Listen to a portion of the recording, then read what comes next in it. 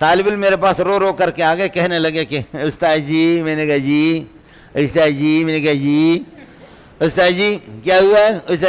استاد جی میرا موبائل لازمی تعلیمات نے لیے۔ میں نے کہا آپ کا موبائل اس قسم کا ہے؟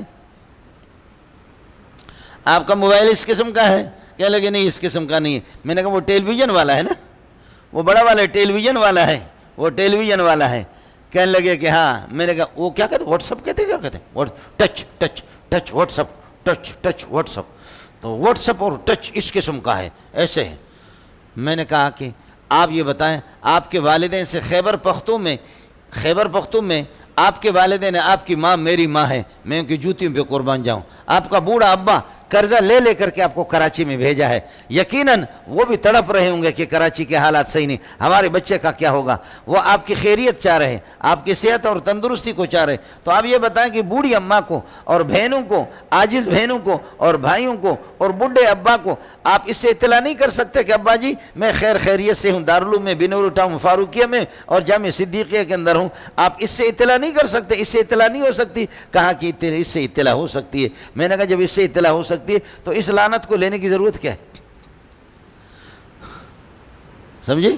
اس کی ضرورت کیا ہے؟ کہنے لگے میں یتیم ہوں استاد جی لے کر کے دے دے۔ میں نے کہا آپ سے بڑا یتیم میں ہوں، میرے پاس یہ ہے، آپ سے بڑا یتیم میں ہوں بدبخت۔ اب بتاؤ ساتھی، لمحہ فکریہ ہے۔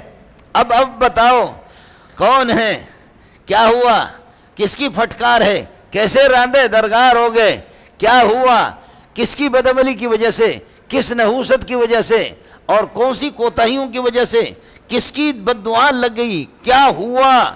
بخاری لے لی ہاتھ میں، ٹچ موبائل آپ کو دے دیا۔ ترمذی آپ سے لے لیا، ٹچ موبائل آپ کو دے دیا۔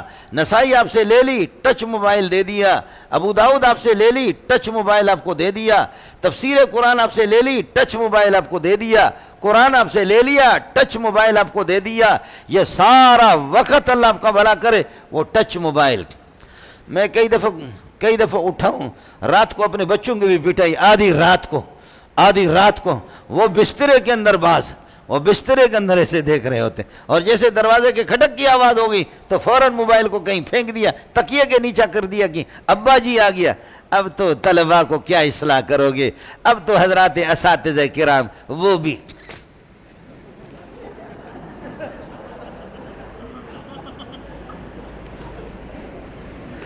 اللہ آپ کا بھلا کرے۔ اب ان کا مسئلہ بھی ہو گیا یہی، سمجھے؟ اب اس کا مسئلہ بھی یہی ہے۔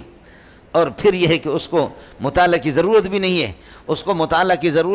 ہے، وہ پھر جب کلاس میں جائے گا، اردو کی ایک شرح ہے، اور جب یہ اس کا رٹا لگا کر کے جب وہ چلا جاتا ہے، شاگرد کے پاس بھی وہی اردو کی شرح ہے، وہ بھی کبھی اس نے تھوڑا سا دیکھ لیا۔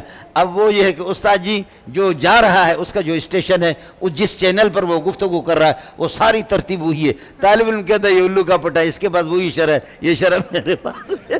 اس کو سننا کیا ہے؟ اس کا سننا کیا ہے؟ جو علم ہوتا ہے، عربی کا علم ہوتا ہے، قواعد کا علم ہوتا ہے، تو پھر شاگرد منہ ماری کرتا ہے ادھر ادھر، لیکن شاگرد بھی مجبور ہوتا ہے کہ استاد کہاں سے کس طریقے پر یہ باتیں لاتا ہے۔ علم جو ہوتا ہے نا، علم جو ہوتا ہے، پھر وہ اس اردو والی چینل پہ نہیں چلتا، وہ کتاب کو اپنے اس مضبوط مطالعے کی نگرانی میں، مضبوط مطالعے کی قوت کے ذریعے سے وہ اس کتاب کو حل کرتا ہے۔ اس کی موتیاں ہوتی ہے، وہ ضمائر کو کس طرح حل کرتا ہے، اس میں اشارہ کو کس طرح، جو اردو والے کے باپ کو بھی طاقت نہیں ہے کہ وہ حل کرے۔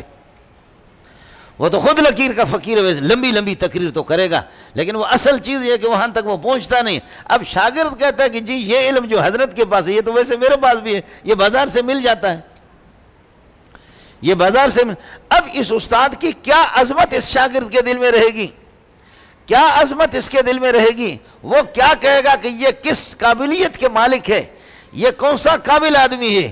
اس لیے میرے بھائی، گل بھی گئے، گلشن بھی گئے، پھولوں کے پتے رہ گئے، اچھے سارے مر گئے، میرے اور آپ جیسے الو کے پٹے رہ گئے۔ اچھے سارے مر گئے، میرے اور آپ جیسے الو کے پٹے رہ گئے۔